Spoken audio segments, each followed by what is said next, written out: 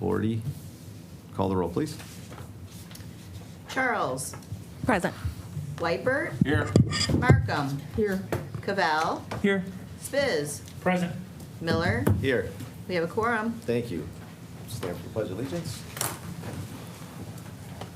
I pledge allegiance to the flag of the United States of America and to the republic for which it stands, one nation, under God, indivisible, with liberty and justice for all. All right, now we need the approval of the minutes. Been moved by Commissioner Markham, second by Commissioner Wiper. All in favor, say aye. Aye. Opposed? Ayes have it. Approval of the agenda. Need a motion? Moved by Commissioner Charles, second by Commissioner Spiz. All in favor, say aye. Aye. All in favor, or all opposed, say nay. All right. Ayes have it. Now we have public comment. Anybody from the public interested? We have one public comment here. Give you 3 minutes for public comment. Okay, do you want me to go to the first? Yes, please. Yes, please. I have a question for you.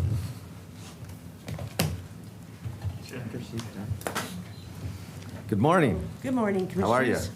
Very good, thank you. My name's Catherine Kennedy. I'm from Lake Orion. And I would like to request that you submit the agendas more promptly to the citizens to be able to actually participate and view. Again, we have a version 2 for this particular meeting that was updated at 12:20 yesterday. So it doesn't even fit the minimum 18-hour requirement under the Open Meetings Act. This board, I've seen this happen repeatedly. It seems to be a regular process where documents are altered, changed, and modified in back rooms and other locations where it's out of the view of the public. And so the transparency of this board is, I think, probably my biggest concern since I've been paying attention. Only in the end of April did I log on the first time. So this is the thing I would really respectfully request that you start to propagate the documents further in advance, have actual data out there published. Even the hearings, the budget hearings for later today, I don't see any attachments to where you can view the data, and that's just for today. So there's a lot of issues that I think really come down to open with the public. The public deserves to know how the money is being spent. They deserve to know things. And I actually am concerned with the lease that's on this particular agenda with the Border Patrol. It might be a standard operating lease. I'm not sure, but I don't understand how it can't be part of a budget process because there's no revenue. So because we're not charging them any revenue, even though we're liable for all the operational expenses, we're liable for modifications, cleanups, we're liable for entire operations, we're liable to give them one of our officers, I think, for that, or pay for one of theirs. I'm not totally clear based on the verbiage in the lease, but it looks like we have to pay for all the services for security, all the services for surveillance, all the heat, all the utilities, even chilled drinking water. It's our responsibility.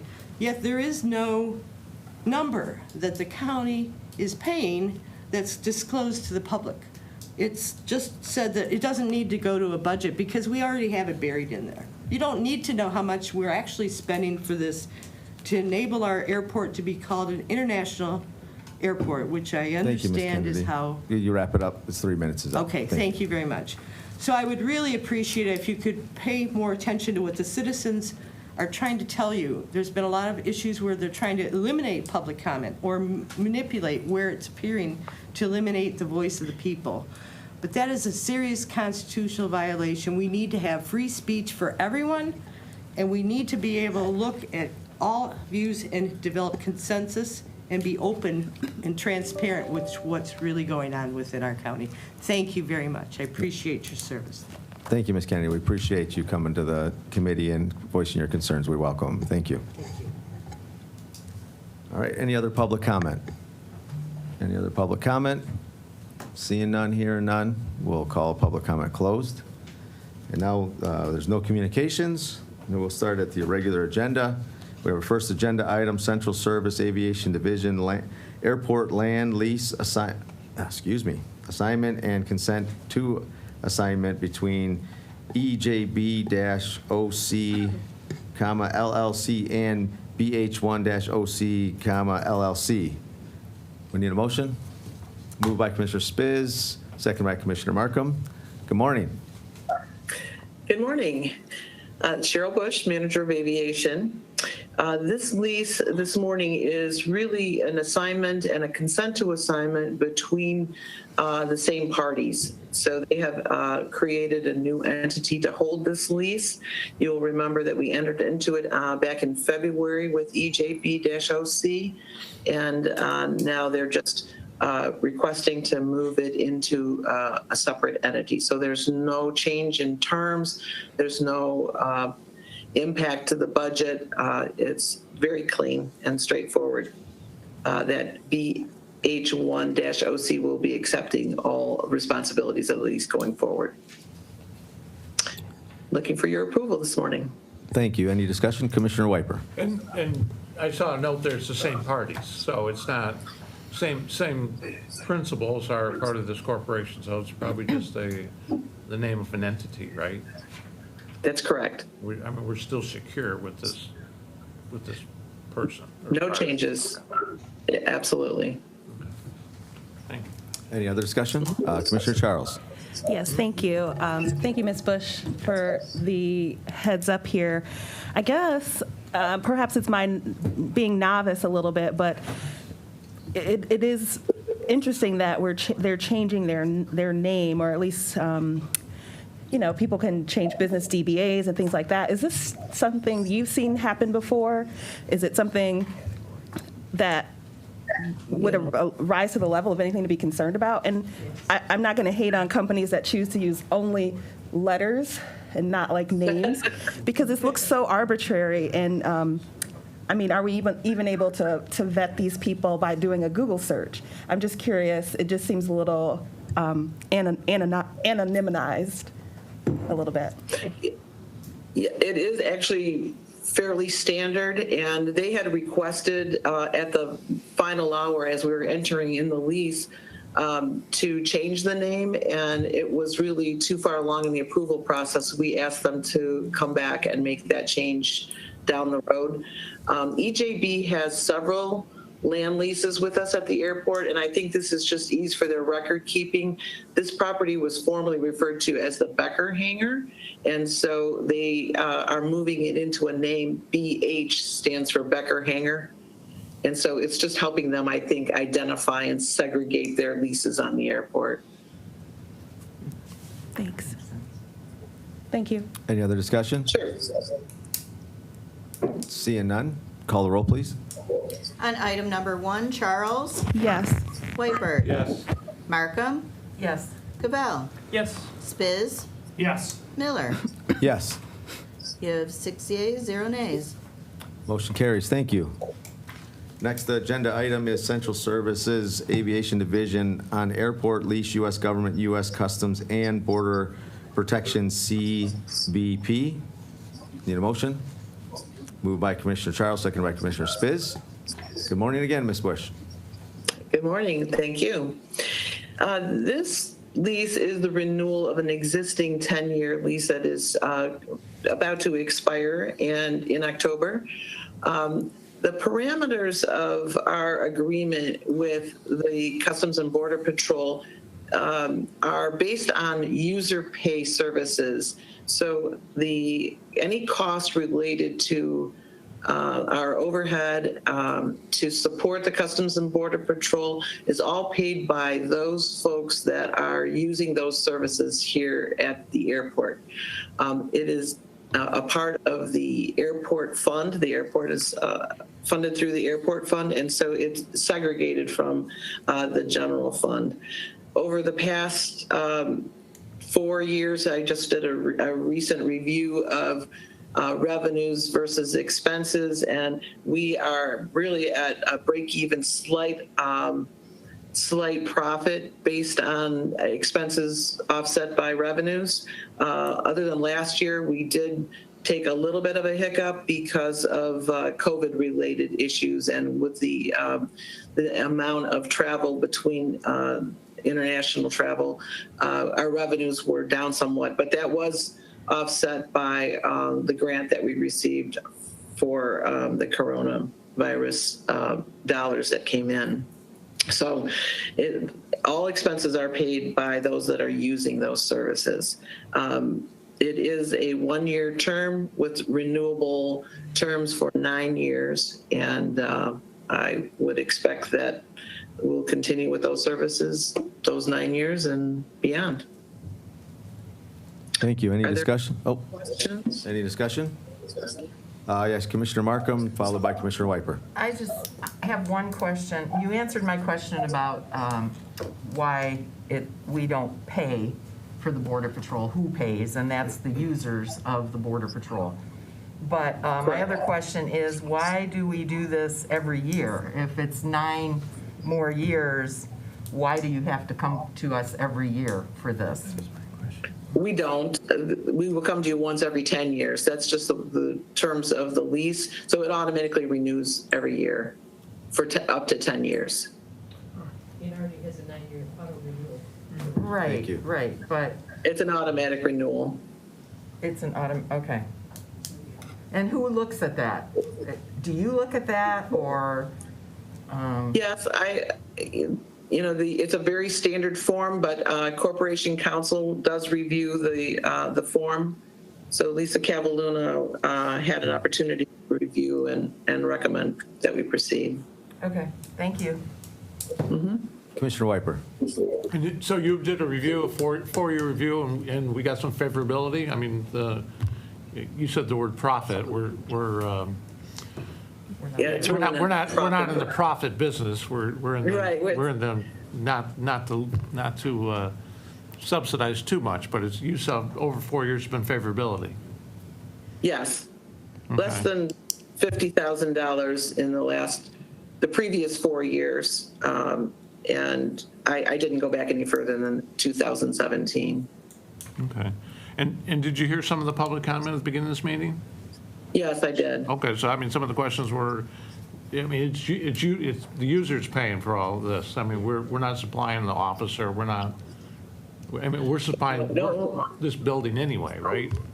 As part of an international airport, we have to have the Right, the terminal is here. This is the purpose of the terminal is to be able to serve the flying public, and this space was designed to accommodate that U.S. Customs and Border Patrol, which generates revenue in terms of just activity on the airport. We collect landing fees, we sell fuel, we have other benefits for attracting international travel to come into Oakland County International Airport. Okay. So I'm looking at is just pure revenue and expenditures based on this land lease or this office lease and the services that we provide. The ancillary benefits are not even considered in that evaluation. Okay, thank you. Any other discussion?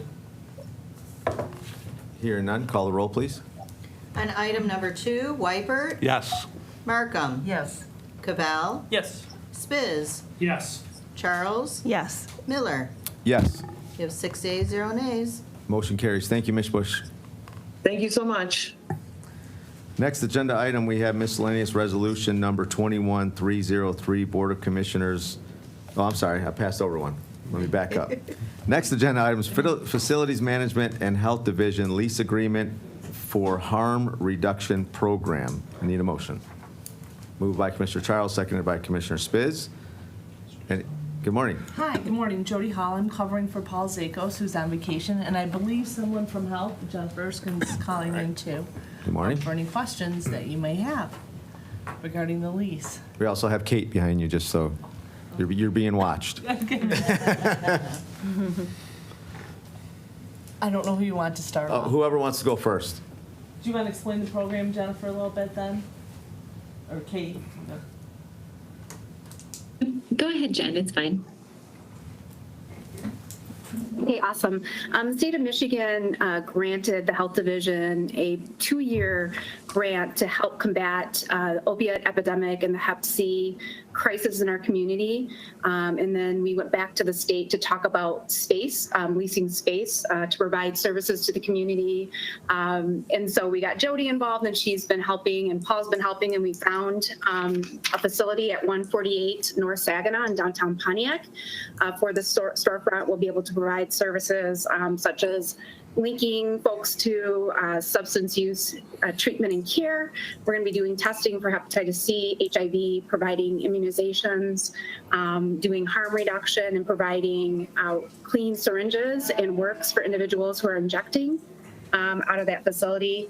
So it's a very comprehensive program to combat harm reduction and hopefully reduce the opiate overdose deaths and hepatitis C in our community. And so we prepared a standard one of our standard leases. It's before you today. It's initially for a 2-year term with 3 one-year renewals. And during the renewal periods, we can terminate if for some reason on 90 days notice. So, and the landlord pays for taxes and maintenance and insurance, and we pay for utilities. So it's pretty standard. So. Did Kate want to join in? No, she said no. I appreciate that. Thank you for support. Jen is the content expert on this issue. Okay, I just want to make sure you gave everybody an opportunity. Any discussion? I had a question. Commissioner Charles. Yes, thank you. Some of the names are familiar, but honestly, I don't know necessarily what you guys do per se. So if Jennifer and Kate could just tell me your role with the county. Absolutely. I'm the administrator of medical services, and Jennifer's our coordinator of HIV programming. We're both public health nurses. Awesome. Thank you so much. And I'm Jody Hall with Corporation Counsel. I'm an attorney there. Thank you, Jody. Yep. All right, any other discussion? Seeing none, call the roll, please. On item number 3, Markham, Yes. Cavell, Yes. Spiz, Yes. Charles. Yes. Whiteford. Yes. Miller. Yes. 6 yeas, 0 nays. Thank you. Motion carries. Thank you all for coming. Thank you.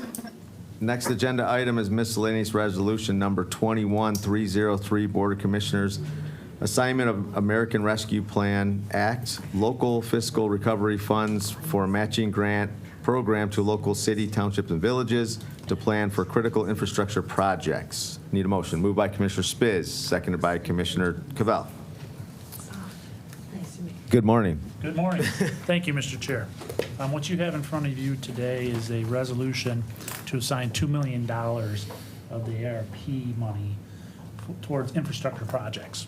And what I'm looking to do here is create what I'm going to call seed money for all the communities within Oakland County to start planning if the infrastructure bill comes from Washington, or if additional ARP monies get set aside for infrastructure projects in water, sewer, et cetera, that meet the requirements, of course, of ARP,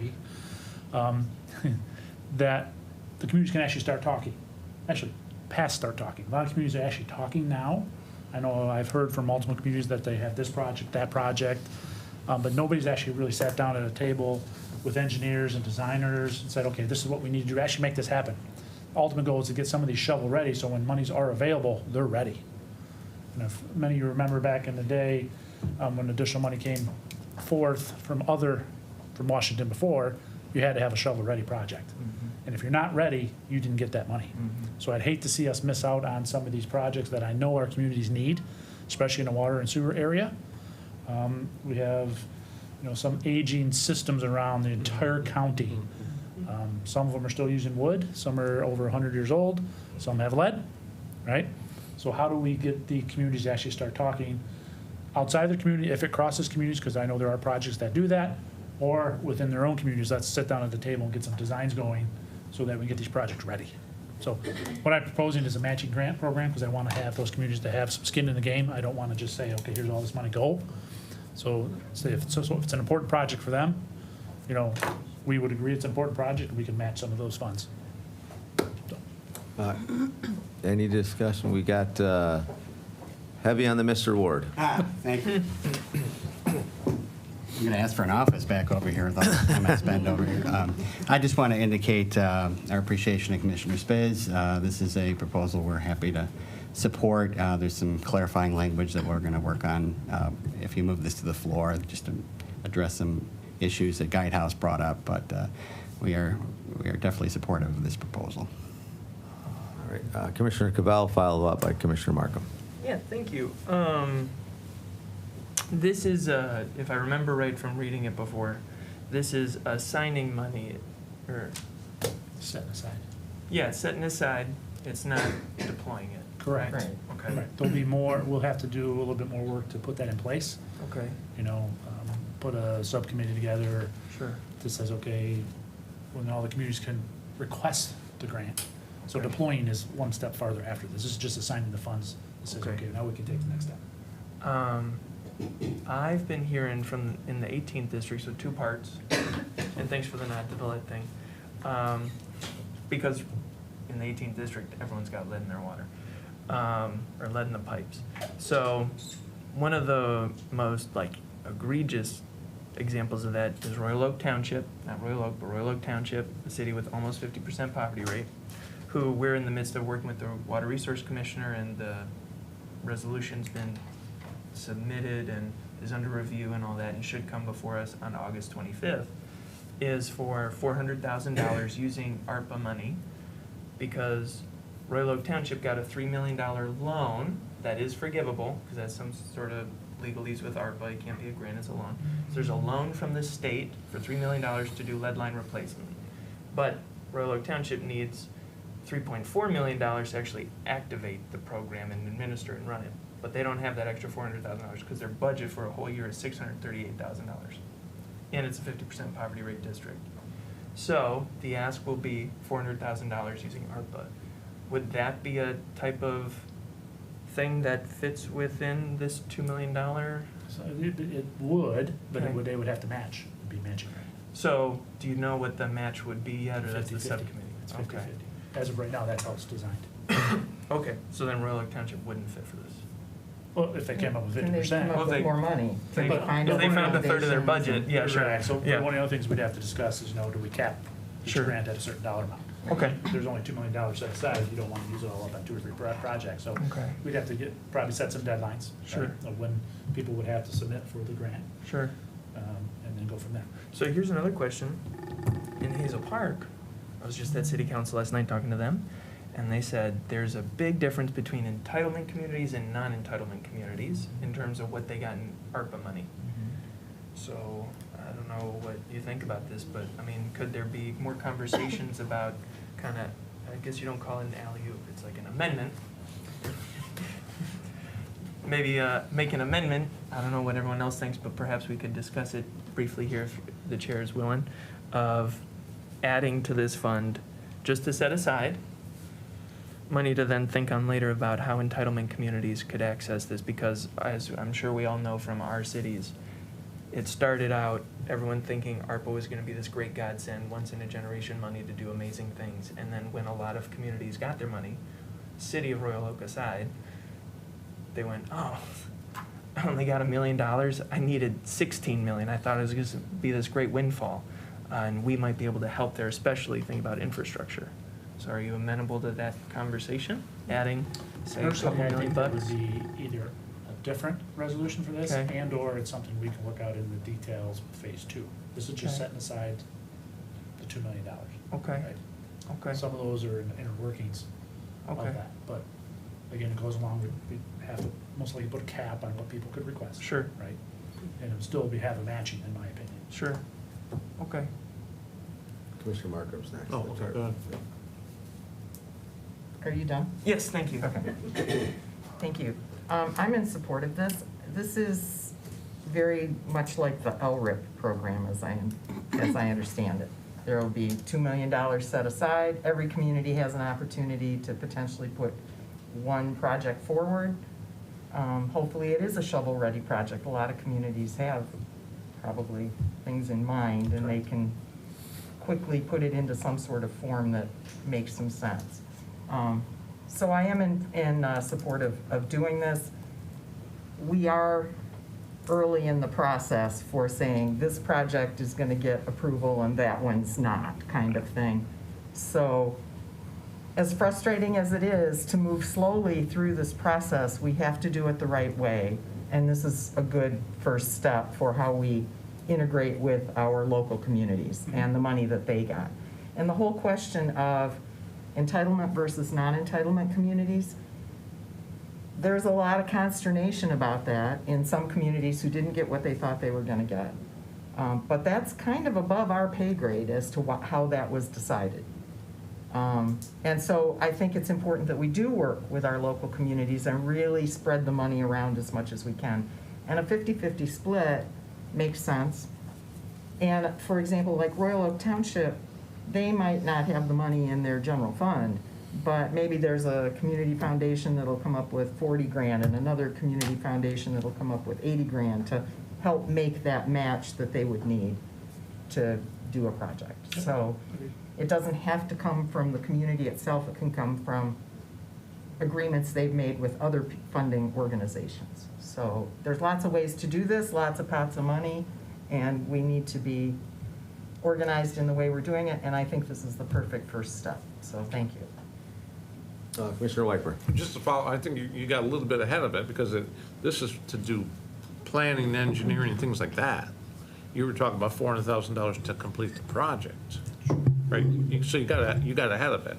I mean, $2 million isn't across the county is not that big.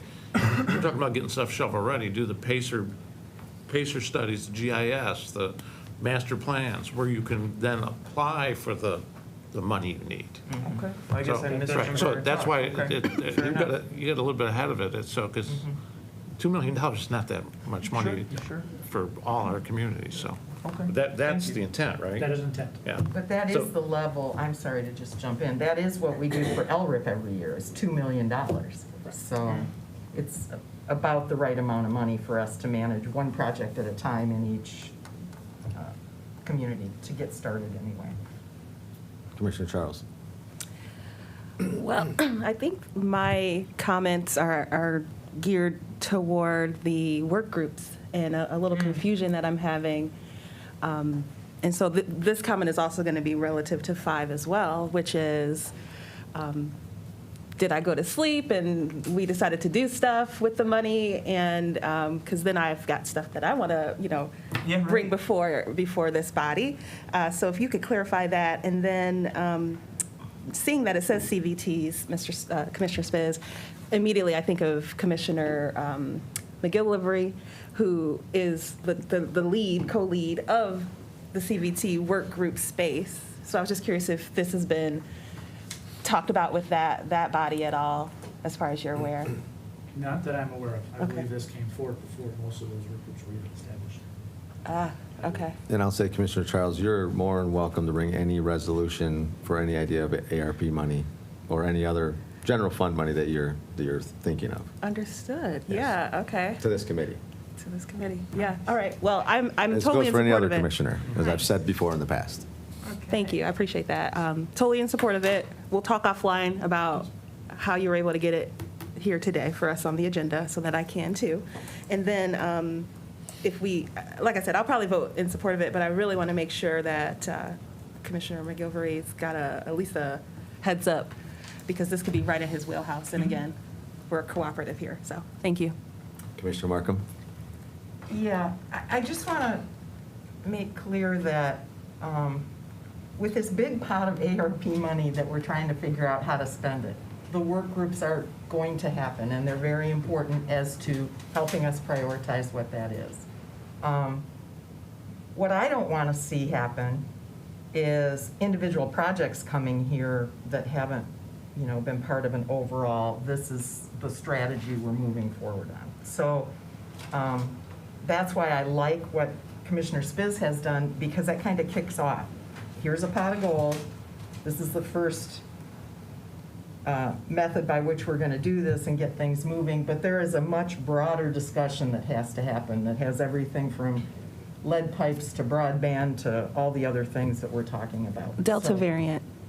That's what my work group is, and it seems quite pressing. The Delta variant? Yes. Well, and that's the discussion of acute versus long-term as well, because there are those two categories, and certainly Delta variant would be acute. We're all sitting here with masks on, so, yeah. Apologies for No apologies. I do respect both positions. I just say that $2 million to, get a project, like set to go for shovel ready, and say hypothetically X amount of dollars for another project that could be long-term.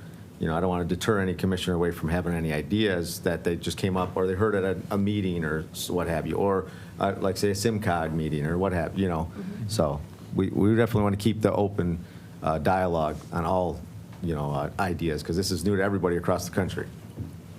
We have a special guest here. Thanks again. Sorry for coming up twice. One of the things I do want to frame this at, because this conversation has been ongoing between Commissioner Spiz and the executive, is this was really brought up during that whole acute discussion of spending dollars on a short-term basis to deal with immediate needs. I think we've all seen the news that a federal infrastructure bill has passed with, I think, about $170 billion, just in a brief review of the provisions of the bill for sewer and water infrastructure. Anybody who's been in local government knows there's a whole lot of work you have to do in order to really be ready to be eligible to pull down dollars like that. These, whether it's shovel ready or shovel worthy, there's a lot of preliminary engineering work and planning work that has to be done to get on the list of eligible projects. So that's really why the administration was happy to support this this proposal. Commissioner Cavell had a question. It seems worth adding that to Commissioner Charles, I like what you said about the work groups, because I love the idea of sharing my Google Drive folder with you, Commissioner Miller, of all the ideas and MRs we got in draft form that aren't fully baked out yet, and saying, yeah, ARP money, I got $100 million worth of ideas for the 18th district, let's do it. So I'm down, I'm super down. But I also understand what Commissioner Markham's saying, that this one, and like what you said, Chris, kind of got in before the cutoff or whatever, because I appreciate that if we are going to do a work group, we should all come together with, here's our 6 ideas for infrastructure, here's our 5 ideas for childcare, here's our 6 ideas for seniors or whatever. And I see the value in that too. But if anyone's willing to let something sneak by, I'm happy to work with you. Commissioner Markham. Yeah, correct me if I'm wrong, but for example, her project for the Delta variant, let's just use that as an example and say it's a $50,000 thing. lab and- expansion Okay. for testing. Yeah, and then, so that would be potentially a project that could come through this pot of money, because we're talking acute, and, depending on how ready it is. I mean, that's how I see this flowing, is we set this money aside and then we start having projects that flow through it. Is that correct? And I would say, in general, yes. Okay. We'd have to understand if it meets the criteria from Guidehouse. Right, It's part of the issue from an infrastructure perspective. yes, But if it doesn't meet it from an infrastructure, it might meet it from another correct. avenue. So this is specific to infrastructure? Yes. Okay. Water and sewer, yep. So maybe Commissioner- we need another one of these down the road for other projects, but this is the first Possibly, yeah, one. yeah. But, so if you had a $50,000 water project and could get the match, that could flow through this. Yep. Commerce Township and all of their failing septic systems. Exactly the point. Same sort of thing. Okay, gotcha. Thank you. I'm sorry to. Oh, you're good, yeah. This is good dialogue. Commissioner Cavell. Thank you, Chair. Just want to say the subcommittee or whatever's going to suss out the final rules for that, I'd love to be a part of that. That first We'll talk. things. And also, yep, that's it. Thanks. All right, any other discussion? All right, I had a few questions. Has the Water Resource Commissioner been read in on this? Just to, No, because I he, didn't have specific conversations with the Water Resource Commissioner. okay, I can respond to that. We actually okay. did bring it up to their attention, asked for some feedback, and didn't receive any negative feedback at this point. But, there's some of these systems that are operated by the Water Resources Commissioner, some of them are operated by the local governments. So, the devil will be in the details in the appropriation phase of this. there's quite a bit of work that will have to be done to determine who's going to administer this program, what are the basis of dispersing the money, what are the eligible expenses, et cetera. Yeah, I just asked because his team and their expertise, that's what they do, right? They're subject experts on this to make sure that, If I could expand on that, I know the Water Resource Commissioner and his team were working with a lot of the communities, which helped drive this idea. oh, I agree, I totally Helped drive the for idea. infrastructure. Did I yeah. have specific discussions with him? No, but I know some of the projects that the communities are working on are specific ones that he's also trying to work on. All right. I appreciate that. And now what's the checks and balances on this? Like, so we give the community the money that say they've done this already, right? And they're just waiting to get that matching, or is it going to be, well, we tried to do it, it doesn't make sense. Like, how are we going to make sure we spend this money, yes, wisely? Because I'm all being good steward of money, but I'm also all about infrastructure, updating, because everybody knows that every line that you're talking about needs to be updated. Right, and like Mr. Ward mentioned, the devils are in the details, right? Those are some of the things that we need to work out. What's eligible exactly? How do we put it in good checks and balance to make sure that the 50% match we're putting in, gets us to where we want to be? We want to have successful projects. I appreciate that. The one concern I have with the line in the summary, excuse me, is it's in the first sentence at the end where it says, and other professional services pertaining to CTV, water and sewer infrastructure projects. I just want to make sure that that doesn't go to construction of it. Other professional services could be very broadly wide, where they get, say, $1 million from us hypothetically, and all of a sudden they're building the thing, and all of a sudden then here comes the infrastructure package, and we got money for that, and now we're kind of hosed on, we gave this community all this money, they're done, and now we can't even use, we're left out, So I just want to make sure that the other professional services, we elaborate on that, because that could be a wide range of anything. Yeah, the intent is not construction. Okay. Clear on that. So- The intent is for other professional services, you get engineering, you got planning, you might have to do some soil boring, some of those things, just to confirm that you can do them, those type of things, To be able to prepare a solid plan to make sure you're ready to go to construction. Right. So if we can, I don't know if we can have a clarify. Well, maybe- we're gonna make a small amendment on the floor, if this Right. goes through today, with some wording that the administration wants from Guidehouse. And if you have some verbiage you want to add, or just put in parentheses, not construction. Right. Just to clarify it for you, I'm okay with that. Okay, and then, I appreciate that. And then the RFP process, to make sure that they're using companies that are reputable, right? How are we gonna go about that? We just gonna let them do their thing? Personally, I don't think we as a county want to get that far into the weeds, which each CVT, leave it to them. They have their contractors that they deal with on a regular basis, so I'm not looking to micromanage the CVTs in any way. No, I understand that. I just wanna make sure we're being good stewards, that we're not just giving it to, say, a CTV that has their neighbor that's doing it, right? And who knows? Oh, You know what I mean? I mean, we know this stuff happens, and I'm not trying to beat the dead horse here, but I wanna make sure that we're protecting, our best interest, yeah. So I appreciate that. Commissioner Markham. The LRIP program is set up with all of that in mind. There's oversight and Right. there's, So I would hope that this program would be pretty much a mirror of that. That's the intent. Same kind of thing.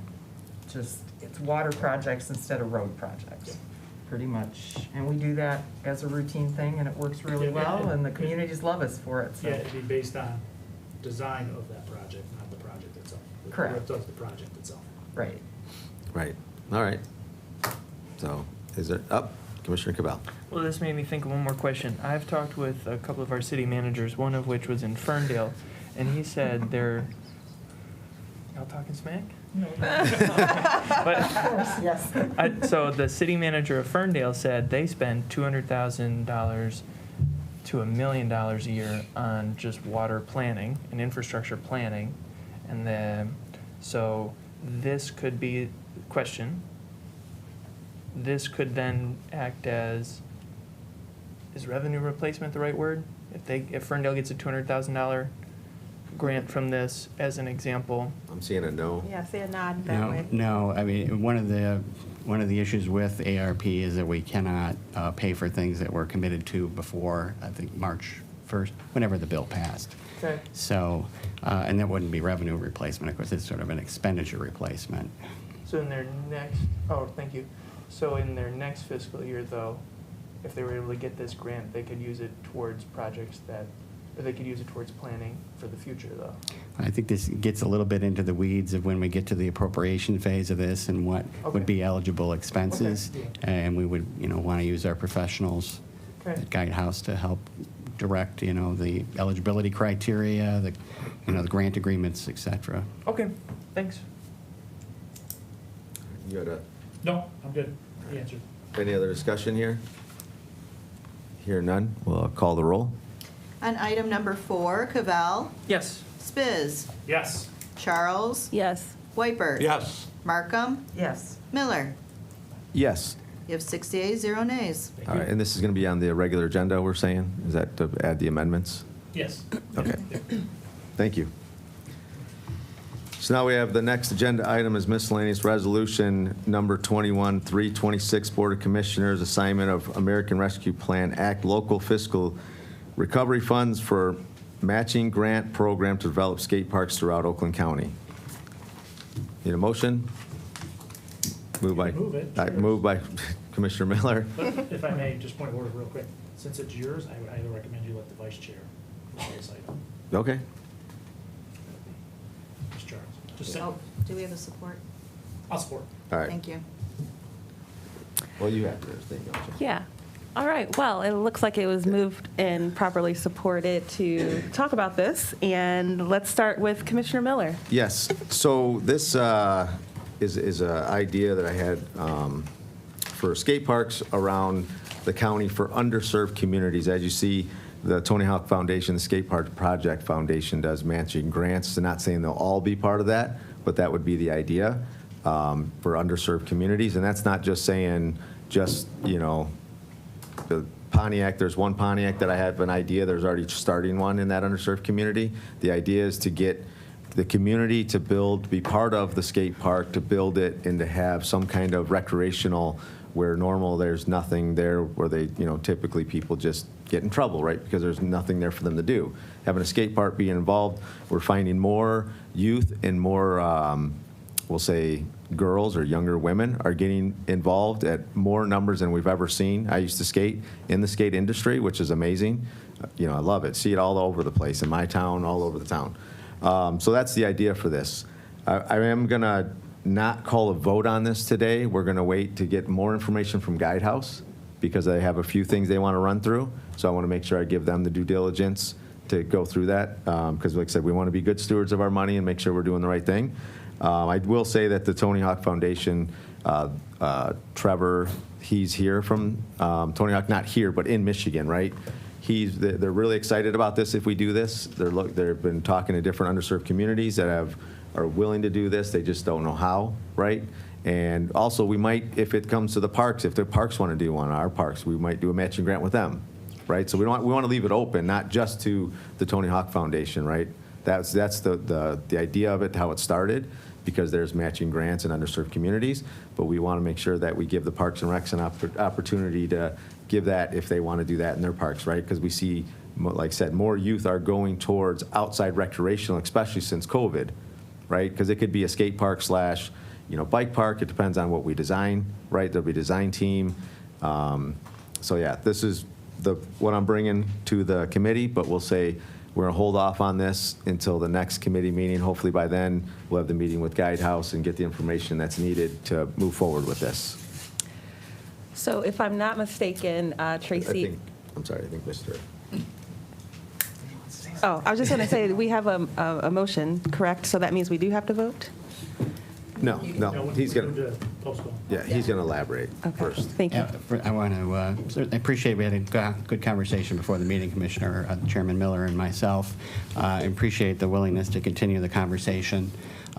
We do have some issues that we need to work through in terms of the details of this proposal and issues that guidehouse brought to our attention, so we're really, not comfortable with the eligibility at this point. And we also believe this needs to be part of a larger conversation regarding moving into that chronic category of long-term investments, and where the administration and the board want to move forward. We don't want to move forward on a one-off proposal perspective, and kind of speaking to what Commissioner Charles said, a larger picture of how we want to expend funds in that chronic long-term investment category. So just want to, again, appreciate your willingness to move forward on this today, and for us to continue that conversation. Seeing that we're still on this item, Commissioner Covello, you have something? Yeah. Well, one funny, I guess, anecdote you can use at your next party when there's a lull in the conversation. Tony Hawk apparently moved to Woodbridge a few years ago, the Woodbridge neighborhood of Detroit. So that's kind of funny. And then more to the point though, I looked at this and thought, I've never been a skater and never understood the value of it. But my wife is a counselor at Berkeley High School, and she runs the Alt Ed program. So this morning I was actually talking to her saying, what is this? $250,000, we could use $250 for a lot of other things. And she said, well, I'll tell you what, all the 30 kids in her alternative education program all hang out at the Huntington Woods skate park every Saturday, Sunday, Friday night. And it seems like, to what Commissioner Miller was saying, I said, yeah, but this is just a bunch of white boys, right? And she said, no, it's all the kids, and they're varied in race and demographic and age and all that. So my eyes have seen the light with this one. So good idea, Commissioner Miller. If it works with ARP or not, sounds nice. Yeah, well, we'll take Commissioner Markham and then Commissioner Miller. Thank you, Madam Vice Chair. So I like the idea of trying hard to put more physical activities available to youth, especially in areas where their communities have not been able to fund it long-term. Not to invoke my dad, but I can remember when they were putting a BMX track in Waterford Oaks Park, and there was a lot of people who said, why would we do that? We're just encouraging young people to drive motorcycles fast and all these. And my dad said at the time, if that's what the young people want, then let's give them a place to do it. And fundamentally, I really believe that across the board, we need to be supporting that. I'm glad to hear you say we're postponing this, because I agree with Mr. Ward. And I'll go back to what I said on the previous item. We need to put this in the context of acute, long-term, and prioritize it as part of the groups. But, yeah, I like the idea. I just want to make sure we walk through the process properly. I think we heard in public comment today that our public wants us to make sure we've talked about and spelled out why we're spending our money the way we are and that we're doing it properly. So whatever we have to do to move these things along is what I want to do, but I want to do it in the right order. So that's all I have. Thank you. Commissioner Miller. Thank you. So first I'll say, Charlie, you're missing out. Gotta give me some vans, yeah. Right.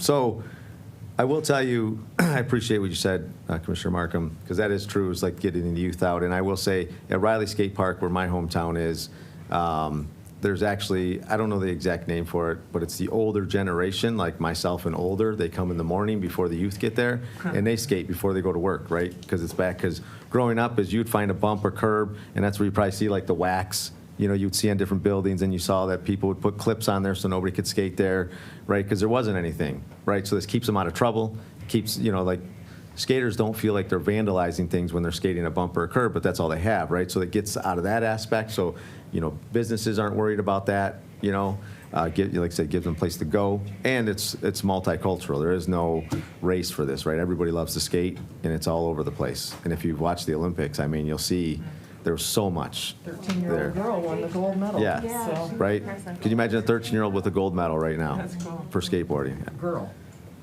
So, but yeah, I appreciate that. And this is for, I just want to stress that the one thing we're looking is the underserved communities, right? They get the youth involved, and even if the parents want to be involved, when it goes to that planning of that skate park, right? So it's like you take ownership of it. When you plan something, you take ownership, right? So it's the upkeep and all and what have you, and they protect it, right? They don't want anybody coming in messing it up. So we have seen that in the communities where, even in Ferndale has a skate park, right? And the last thing to add is Tony Hawk's wife is from West Bloomfield.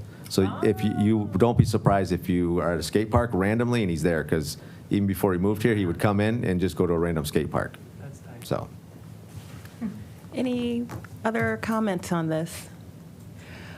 Well, I'll make a Mr. motion to postpone. I support it. Till the next meeting. Great. Discussion on that? I do want to say, though, as the resident Tony Hawk, I was going to say Nintendo, PS queen, PlayStation queen, I have lots of love for Tony Hawk, lots of thumb hurting from playing too many hours. But yeah, let's call for that vote. Ms. Stolzfeld. Feld. To postpone item number 5, Spiz, Yes. Charles. Yes. Wiper. Yes. Markham. Yes. Cavell. Yes. Miller. yes, 6 yeas, 0 nays. motion carried. Unanimous. Motion carries. Thank you. Thank you. All right, so now we have other business. Is there any other business to come before the committee? Yes, sir. All right, Commissioner Charles, other business. Yes, and this is just the tip of the iceberg conversation. I just wanted to make those aware. I had a mind-blowing conversation this week with the folks from basically people who've been affected negatively by the PA 21 bill from 2019. And I know this is a state level issue where the state will have to do something. And it sounds like they're making some things happen.